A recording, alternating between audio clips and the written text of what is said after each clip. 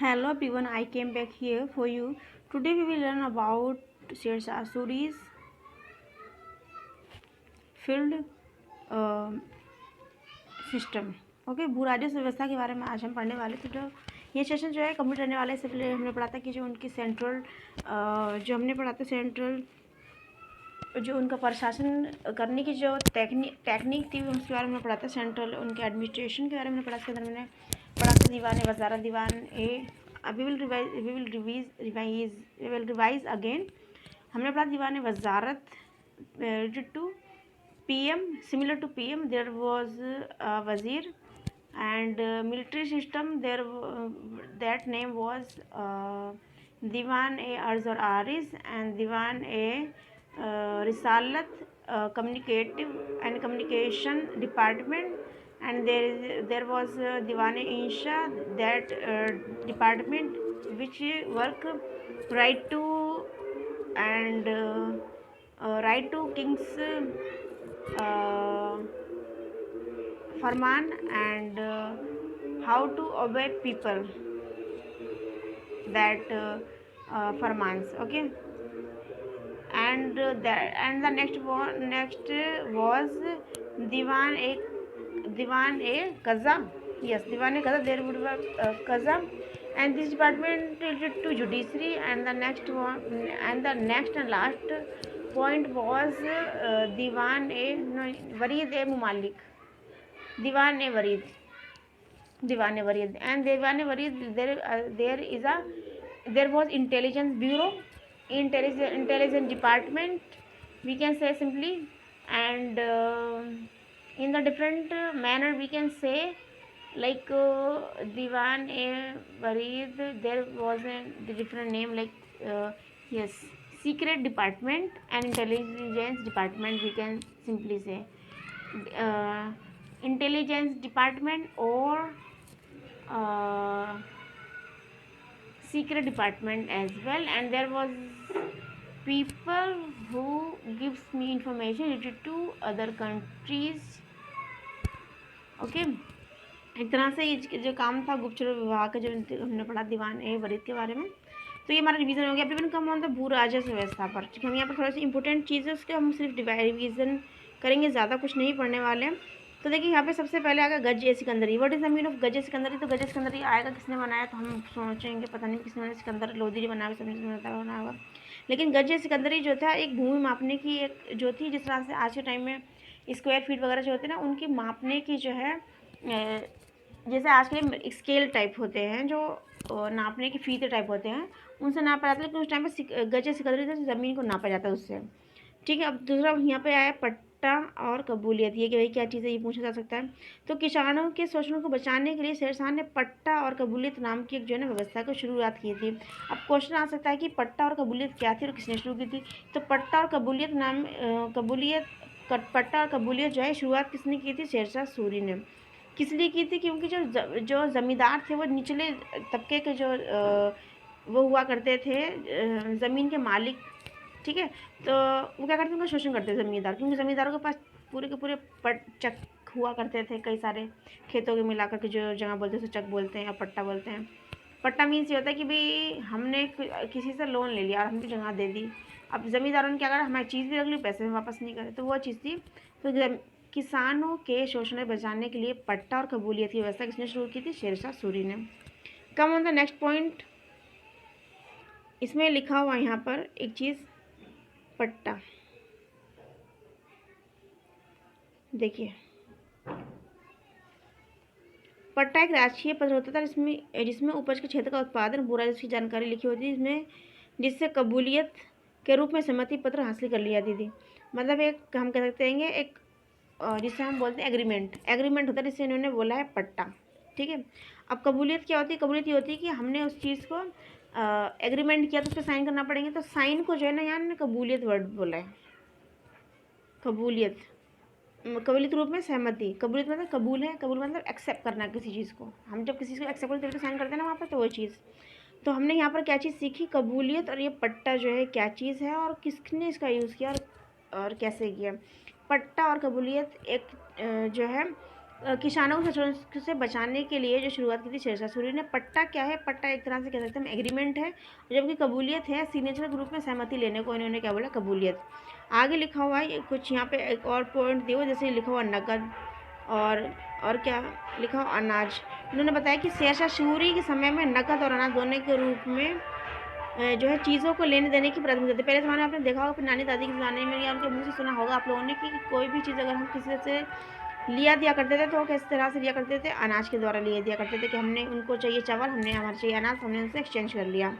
ठीक है, लेकिन कई बार ऐसा होता कि ये पद्धति ज़्यादा टाइम नहीं चल सकी, जिसकी वजह से लोगों ने इसकी जगह पर नकद का ही सिस्टम लेना शुरू कर दिया। कई बार ऐसा था हमें चावल की ज़रूरत नहीं है, लेकिन सामने वाले को गेहूँ की ज़रूरत, हमने उससे पैसे लेना शुरू कर दिए। तो ये हो गया, ये इतना इंपॉर्टेंट नहीं है। ठीक है, इसको हम कट कर देंगे। आगे लिखा हुआ शेर शाह की लगन व्यवस्था के मुख्य रूप रैयतवाड़ी थी, जिसमें किसानों से प्रत्यक्ष संपर्क स्थापित किया जाता था। रैयतवाड़ी व्यवस्था किसके क्या है, इसके बारे में डिटेल पढ़ेंगे, लेकिन यहाँ पे हमें समझने वाली चीज़ ये है कि रैयतवाड़ी जो है, रैयतवाड़ी क्या है? लगान के रूप की एक व्यवस्था है, जिसमें जो है प्रत्यक्ष रूप से इनडायरेक्ट वे में ना होकर के डायरेक्ट वे में जो है टैक्स लिया जाता है, इसको रैयतवाड़ी कर दी। अब यहाँ पर 2-3 चीज़ें निकल के आती हैं जिन्हें कलजन के रूप में, जिनको हम दोबारा से रिवाइज करेंगे। देखिए क्या क्या चीज़ें आती हैं, उनको हम रिवाइज करते हैं एक बार। फॉर एग्जाम्पल, यहाँ पे हमने पढ़ा गज सिकंदरी, ये क्या है? ज़मीन नापने का एक यंत्र है, जिसको हमने गज सिकंदरी बोला। पट्टा और कबूलियत क्या है? शोषण से बचाने के लिए किसानों को। अब पट्टा क्या है? एक एग्रीमेंट है, और कबूलियत क्या है? जहाँ पे साइन करने किसान। इसके बाद में हमने पढ़ा रैयतवाड़ी के बारे में। रैयतवाड़ी क्या है कि एक टैक्स लिया जाता था जो कि किसानों से डायरेक्ट लिया जाता था। हमने इसके अंदर 4 पॉइंट समझे, सिर्फ there is a 4 point important all the pages. Everyone come on the next point here. Like देखिए यहाँ पे क्या लिखा हुआ है, हम क्योंकि टाइम इतना ज़्यादा नहीं है तो हम एग्ज़ाम पॉइंट ऑफ व्यू से थोड़ी सी चीज़ों को समझते चलेंगे जो हमारे लिए एग्ज़ाम पॉइंट ऑफ व्यू से इंपॉर्टेंट है। कभी have not much more time. Sher Shah के समय भूमि की किस्म फसलों के आधार पर उत्पादन का औसत निकलवाया जाता था। ये इतना तो इम्पोर्टेंट नहीं है।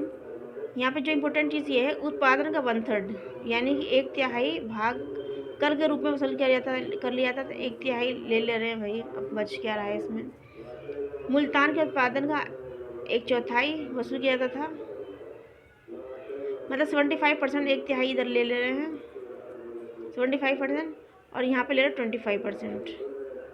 ठीक है, और आगे लिखा सर्वेक्षण शुल्क महासिलाना, जिसको इन्होंने बोला कर शुल्क, जो आज के टाइम का हम जो बोलते हैं ना कर टैक्स, मतलब हम बोलते हैं कर, कर मतलब टैक्स, टैक्स कलेक्ट करने का जो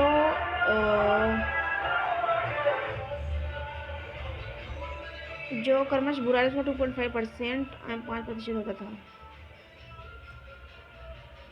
ये थोड़ा समझ में नहीं आई मुझे, everyone come will discuss again. ये थोड़ा सा मुझे ना भाई समझ में नहीं आती सब चीज़ें जल्दी से। यहाँ पे देखिए इन्होंने लिखा उत्पादन का 1/3 लेते हैं, यानी कि 75% लेते हैं। उसके बाद में इन्होंने मुल्तान एक जगह है जो कि पाकिस्तान के अंदर, इन्होंने उसका 1/4 यानी कि इसका 4 यानी 25% इन्होंने जो है लेने की बात कही है। यहाँ पे किसान, इसके अलावा लगान के अतिरिक्त किसानों को जरीबान और महासिलान, ये वर्ड पूछा सकते हैं, महासिलान और जरीबान क्या है? ये जो वर्ड है अपने आप में जरीबान और महासिलान, मैं यहाँ पे लिख देती हूँ, आई एम राइटिंग हियर जरीबाना एंड महासिलाना। जरीबाना और महासिलाना क्या है भाई? बड़े टिपिकल वर्ड है, हमने तो स्ट्रिंग कोई पढ़े नहीं है, जब एग्जाम में हमारे आते हैं ऐसा फील होता है ना। तो जरीबाना क्या था? एक सर्वेक्षण शुल्क था। क्या था बच्चों? सर्वेक्षण, मतलब सर्वे नहीं करते ना, उस तरीके का ये शुल्क था, जो कि कितना था बच्चे? इसमें ये नहीं दिया हुआ है। लेकिन महासिलाना जो था कर संग्रह शुल्क था, जो टैक्सेस जो जाते हैं, चाहे हमारे इनडायरेक्ट वे में हो या डायरेक्ट वे में हो, उन टैक्सेस की बात करी जा रही है। टक यहाँ पे क्या लिखा हुआ है? कर संग्रह, यानी कि टैक्स को कलेक्ट करने का शुल्क। कर संग्रह, कर संग्रह शुल्क, कर संग्रह शुल्क और सर्वेक्षण शुल्क, ये जो 2 प्रकार के शुल्क जो है ना, महासिलाना जो है कर संग्रह का शुल्क था, जबकि सर्वेक्षण शुल्क जरीबाना शुल्क था। ठीक है, तो हमने यहाँ पे ये समझा। अब हम आते हैं गुप्तचर विभाग के बारे में। तो जो इनके इंटेलिजेंस ब्यूरो थे वो किस तरीके से काम करते थे। इसके बारे में हम पढ़ने वाले हैं गुप्तचर विभाग के बारे में। शेरशाह सूरी को जो है उच्च कोटि के गुप्तचर विभाग की बहुत ज़्यादा आवश्यकता है, तो उनकी स्थापना इसमें करना पड़ी, क्योंकि राजनीतिक उथल पुथल होने के कारण इनको, ताकि प्रत्येक जो घटना उसकी जानकारी पूर्ण रूप से हो सके, जिस वजह से उन्होंने उच्च कोटि का जो है इंटेलिजेंस ब्यूरो की डिपार्टमेंट की व्यवस्था की थी। आगे लिखा हुआ है कि संपूर्ण राज्य में सरायों, बाजारों में और अन्य जगह पर इन्होंने क्या किया था, इंटेलिजेंस ब्यूरो के डिपार्टमेंट के जो पीपल थे उनको वहाँ पे इन्होंने अपॉइंट किया हुआ था।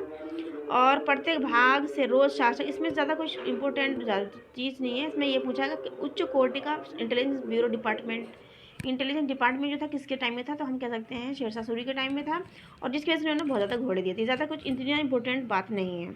Everyone come on the next point. यहाँ पर देखिए सैन्य व्यवस्था से लेकर के काफ़ी सारे क्वेश्चन पूछे जा सकते हैं, क्योंकि this is a very important सैन्य व्यवस्था। मिलिट्री जो इनका सिस्टम था वो अपने आप में काफ़ी काबिल तारीफ था, तो उसके बारे में हम पढ़ ले सकते हैं, और ये काफ़ी इंपॉर्टेंट है।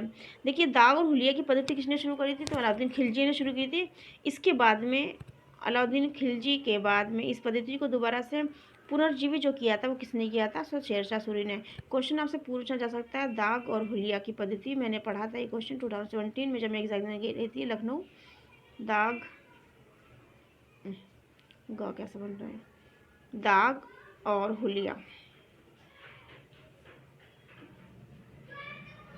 दाग और हुलिया की जो पद्धति का जो है, इसमें दो क्वेश्चन हमारे बनते हैं। इसकी जो सबसे पहले मेथड जो है ना, इसको स्टार्ट किसने किया था, यानी कि दाग, जैसे कि हमारे घोड़े कौन से कैसे पता चलेगा, तो उसको उन्होंने दागा था। दागा कैसे आता है कि लोहे की किसी औजार से जो है ना उसको निशान लगा दिए जाते हैं, जिससे को दागना उसको हो गया।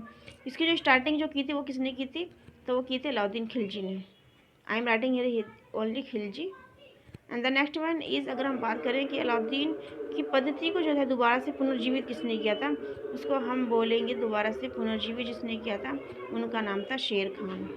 आई am writing here Sher Khan only, Sher Khan that's mean Sher Shah Suri, ठीक है ना। उसको रीस्टार्ट किसने किया, we will write here restart, restart, ये सिर्फ यही इंपॉर्टेंट चीज़ है यहाँ पर, ओके।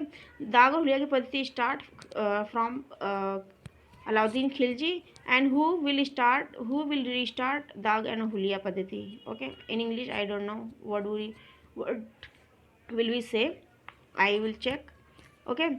Dag और हुलिया की पद्धति start from खिलजी, and दाग और हुलिया की पद्धति restart from Sher Shah Suri, okay. Come on the next point, ये हमारा इंपॉर्टेंट था, और इसके बारे में हम आगे देखिए क्या लिखा, जो इंपॉर्टेंट चीज़ें उन्हीं को हम डिस्कस करने वाले हैं। आगे इन्होंने दिया हुआ है कि सैनिकों की योग्यता के आधार पर उनका वेतन निर्धारित होता थी, तो बहुत अच्छी बात थी, ऐसा होना भी चाहिए। शेरशाह ने सिपाहियों की सीधी भर्ती का सिलसिला शुरू किया, और रंग रूट की चरित्र की जांच की जाती थी, मतलब कोई बीमार तो नहीं है, तब अपनी मिलिट्री में लिया करते थे, जो कि आज भी होता है। सिपाही का पूरा व्यक्तिगत वर्णन होता था कि मतलब इनके ख़ानदानी किस तरह से हैं, ये सारा कुछ बायोडेटा उस टाइम भी कलेक्ट किया जाता था, ये तो बहुत अच्छी बात थी। आगे लिखा हुआ है कि शेरशाह की सेना में करीब 1,50,000 घुड़सवार और 25,000 पैदल सेना और 5,000 हाथी और तोपखाना था। ये अपने आप में काफ़ी बड़ी सैनिक सेना थी, तो इसमें पूछेंगे तो हम इसमें अभी आएंगे। शेरशाह ने पुलिस व्यवस्था के संदर्भ में स्थानीय उत्तरदायित्व के सिद्धांत पर कार्य किया, अर्थात जो अधिकारी जिस क्षेत्र में नियुक्त था उसे उस क्षेत्र की शांति व्यवस्था की बनाए रखने का दायित्व था। जिस तरीके से अब हम बात करें 2024 की, तो हमारे जो सरकार ने जो पुलिस स्टेशन बनाए हुए हैं वो किस लिए बनाए थे, क्योंकि पुलिस स्टेशन में जो कार्यरत पुलिस अधिकारी है, पुलिस डिपार्टमेंट के जितने भी एसआई और कांस्टेबल, हेड कांस्टेबल, जितने भी लोग हैं वो क्या करते हैं समाज में, और जो कॉलोनीज़ होते हैं उनमें क्या करते हैं, सामाजिक व्यवस्था को बनाए रखने और शांति व्यवस्था को भंग करने के वालों के विरुद्ध कड़ी कार्यवाही और समाज में व्यवस्था और शांति बनाने का कार्य करते हैं। उस तरीके से इन्होंने जो स्थानीय रूप में स्थानीय डिपार्टमेंट जो था वहाँ का जो भी इन्होंने अधिकारी का अपॉइंट किया हुआ था, उन्हीं से बोला हुआ था कि भाई यहाँ पर की शांति व्यवस्था को भंग ना होने का जिम्मे जो है आपके ऊपर है, आपको यहाँ पर शांति व्यवस्था बनाए रखना। उस टाइम हम कह सकते हैं कि वहाँ के जो अधिकारी थे as a similar to police थे, ठीक है। यहाँ पे मोस्ट इम्पोर्टेंट थिंग जो है वो ये है कि शेरशाह सूरी की सेना में सेना कितनी थी, तो 1,50,000, 1,50,000, ये इम्पोर्टेंट चीज़ है। और बात करें घुड़सवार कितने थे, तो घुड़सवार की बात करें हम 25,000, ठीक है। उसके बाद में हम बात करें पैदल सेना जो थी कितनी थी, पैदल सेना कितनी थी? तो 5,000 थी, जो कि अपने आप में उस टाइम इतनी ज़्यादा आबादी नहीं होने की वजह से इतनी बड़ी सेना को रखना ये बहुत बड़ी बात थी। उसके बाद इनके पास क्या क्या चीज़ थी प्लस? हाथी और तोपखाने। अब तोपखाने का सबसे पहले किसने शुरुआत की थी बताइए, और कहाँ की थी? हाथी और इनके पास तोपें थी। तोपखाना, तोपखाने का सबसे पहले जो यूज़ किया था वो बाबर ने किया था। और कहाँ किया था? तो करीब उन्होंने किया था 1520 में किया था। और मैंने आपको जगह बताई थी, जो जगह थी, मुझे इसका ध्यान नहीं आ रहा, जौहर पता नहीं ऐसे कुछ नाम है उसका। उन जगह पर उन्होंने जब अटैक किए थे तब उन्होंने पहली बार जो है इसका यूज़ करा था, बाजौर और भेरा में। बाजौर और भेरा मैंने आपको पढ़ाया था ना, बाजौर और भेरा। यस, बाजौर का जो किला था ना उसको इन्होंने जीता था। बाजौर के किले को इसने जीता था इन्होंने। तब इन्होंने जो है 1500 बाजौर का किला, इसमें डेट वेट नहीं बढ़ाई थी मैंने शायद। बाजौर के किले को जीतने के लिए सबसे पहले तोपखाने का इस्तेमाल सबसे पहले किया था, बाबर ने किया था। यहाँ पर तोपखानों का यूज़ जो है शेरशाह सूरी ने भी किया हुआ है, और उनके पास काफ़ी हाथी सेना भी थी। इसके साथ ही साथ पैदल सेना 5,000 थी, घुड़सवार 25,000, 1,50,000 यानी कि 1.5 लाख इनके पास सेना थी। उसमें से 1.5 लाख इनके पास सेना थी, ठीक है ना। 25,000 इनके घुड़सवार थे, 5,000 इनके पैदल थे, और हाथी तोपखाना था। ये इसमें इम्पोर्टेंट है।